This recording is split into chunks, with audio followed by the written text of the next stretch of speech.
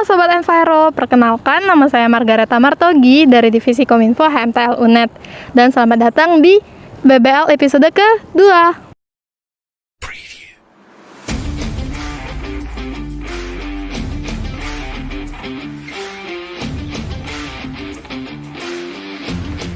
Nah, topik BBL hari ini akan membahas mengenai salah satu isu lingkungan, yaitu permasalahan sampah plastik di Indonesia. Kalian penasaran pastikan ya? Ayo ikut terus videonya.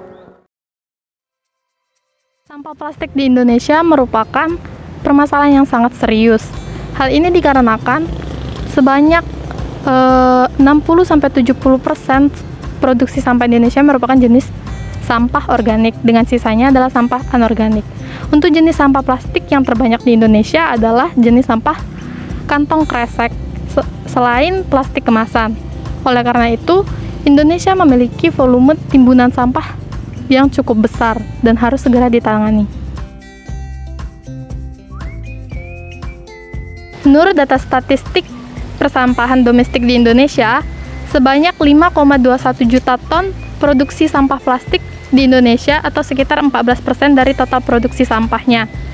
Dikutip dari Kementerian Kelautan dan Perikanan, Indonesia menduduki sebagai peringkat kedua penyumbang sampah plastik terbesar di dunia.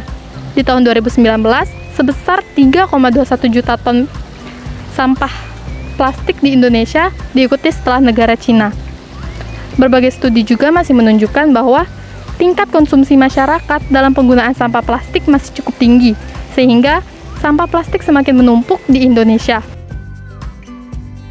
Nah, menurut data Indeks Pengelolaan Sampah di Indonesia masih kalah dari negara lainnya seperti Vietnam, Thailand, dan Malaysia soal pengelolaan sampah. Oleh karena itu, permasalahan sampah ini menjadi masalah serius yang harus dihadapi oleh pemerintah dan masyarakat luas. Nah, untuk mengetahuinya, kira-kira mahasiswa Universitas Jember dan masyarakat tahu tidak ya soal permasalahan lingkungan ini? Yuk kita cari tahu.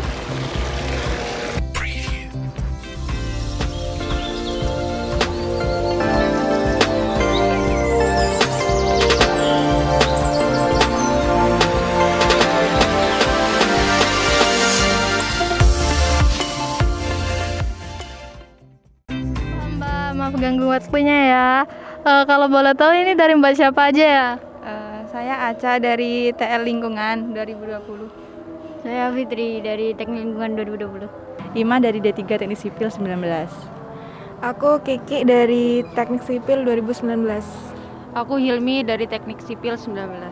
Perkenalkan, nama saya Muhammad Ferdi Rivaldi dari Fakultas Ilmu Keperawatan. Ibu Nina dari Kedai Palma. Dengan Ibu Rosi. Oke, Mbak, saya mau tanya nih.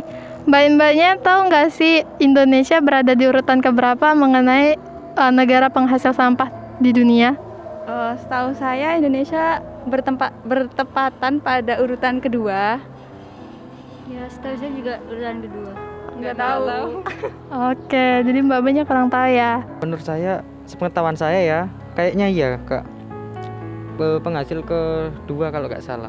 Oke, nah saya mau tanya, menurut mbak-mbaknya nih, bahaya nggak ya tentang sampah plastik di Indonesia?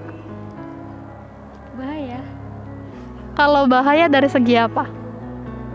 Dari segi kesehatan, efeknya dari sampah-sampah plastik itu tadi. Kalau Bahaya. menurut aku bahaya. Mungkin dari sampah plastik sendiri kan susah untuk didaur ulang, juga hancurnya juga lama kan, butuh bertahun-tahun gitu. Menurut mbak-mbak yang lain gimana? Ya karena sampah plastik itu susah melebur. Jadi mungkin itu yang bikin sampah menumpuk, sampah plastiknya. Bahaya sekali Kak, apalagi pada zaman musim penghujan gini banyak banjir biasanya kalau sampah menumpuk gitu. Iya, bahaya untuk global ya. Oke. Nah, menurut ibu sendiri penyebab sampah plastik di Indonesia itu banyak karena apa ya? Ya, satu, kalau sekarang kan anak bayi pakai popok. Terus sekarang banyak yang bungkus-bungkus pakai yang plastik kan. Untuk sekarang ya dampaknya itu terlalu banyak, dampaknya sekali. Itu penggunaan yang kalau di pasar kan biasanya pakai plastik itu sih. Plastik. Harusnya itu kan dari rumah itu bawa keranjang masing-masing agar mengurangi kantong plastik tersebut. Yang menyebabkan ya masyarakat seperti gimana susah diatur gitu Kak. Faktor penduduk mungkin, kuantitas penduduk yang semakin banyak, jadi kan kegiatan manusianya kan juga semakin bermacam-macam. Nah, semakin banyaknya kegiatan tersebut kan limbahnya juga makin banyak gitu. Oke, dengan dampaknya itu apa ya kalau menurut Mbak-mbaknya sendiri? Kalau menurut saya dampaknya mungkin ke lingkungan ya. Nanti mungkin ekosistemnya yang terganggu atau mungkin yang seperti yang dibilang Fitri tadi terkait kesehatan. Jadi mungkin nanti kesehatan manusianya juga menurun karena banyaknya bakteri yang tumbuh gara-gara banyaknya sampah itu. Terus menurut Ibu kira-kira solusi apa sih yang bisa dilakukan supaya sampah plastik di Indonesia itu nggak terlalu menumpuk? Kalau solusi saya lebih baik untuk kantong-kantong plastik dikurangi aja. Itu solusinya untuk yang pertama kali. Menerapkan para pembeli ibu-ibu rumah tangga seumpama ya, itu membawa kantong sendiri dari rumah gitu, kayak tas belanja gitu. Dibuatkan seperti tempat gitu Kak, tempat tersendiri buat sampah-sampah dan supaya masyarakat tidak membuangnya sembarangan di sungai gitu. Oke. Cara menanggulangi sampah. Kalau sampah plastik itu mungkin kalau sekarang kan ada kayak EcoBrick atau kalau nggak didaur ulang untuk menghasilkan produk-produk yang baru, kan sekarang juga sudah banyak kayak apa ya, pengolahan sampah plastik seperti itu. Penggunaan plastik dikurangin kalau menurut Ibu, karena plastik kan nggak bisa didaur ulang, jadi bisanya numpuk, akhirnya merusak lingkungan. Oke. Nah, dari saran yang Mbak sebutkan tadi, kira-kira Mbaknya sudah merealisasikan belum saran-saran yang tadi Mbak sebutkan? Masih belum. Untuk realisasinya kalau sekarang saya itu masih apa ya, pengumpulan sampah-sampah plastiknya yang nantinya bisa dijadikan EcoBrick gitu. Dari pengelola di Pujasera Mastrip ini ada dua, jadi sampah organik dan non organik. Kalau sampah organik disendirikan, tempatnya ada tempat sendiri yang untuk ditumpuk. Untuk yang non organik sendiri yang akhirnya dibuang di TPA itu tempat. Kalau saya sendiri kalau belanja saya suka pakai kantong plastik. Baru kalau sudah penuh satu kali masih cukup ya pakai itu saja. Oke, terima kasih Ibu.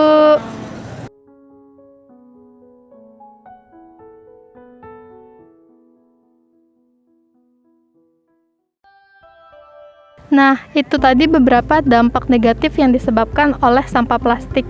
Salah satunya itu seperti mengganggu sirkulasi udara di dalam tanah, lalu mengganggu sirkulasi air, dan masih banyak lagi. Tentunya, permasalahan ini harus diatasi dengan sesegera mungkin. Secara umum, ada 5 konsep yang bisa diterapkan untuk menanggulangi sampah plastik, seperti reduce, reuse, recycle, replace, dan repair. Untuk mengatasi permasalahan sampah plastik ini bisa dimulai dari diri kita sendiri dahulu. Nah, untuk Sobat Se-Enviro sekalian, jangan lupa untuk menerapkan konsep 5R ini dalam kehidupan sehari-hari demi menjaga dan melindungi lingkungan kita ya. Oke, saya Margareta Martogi pamit undur diri. Sampai jumpa di episode BBL selanjutnya. Bye-bye!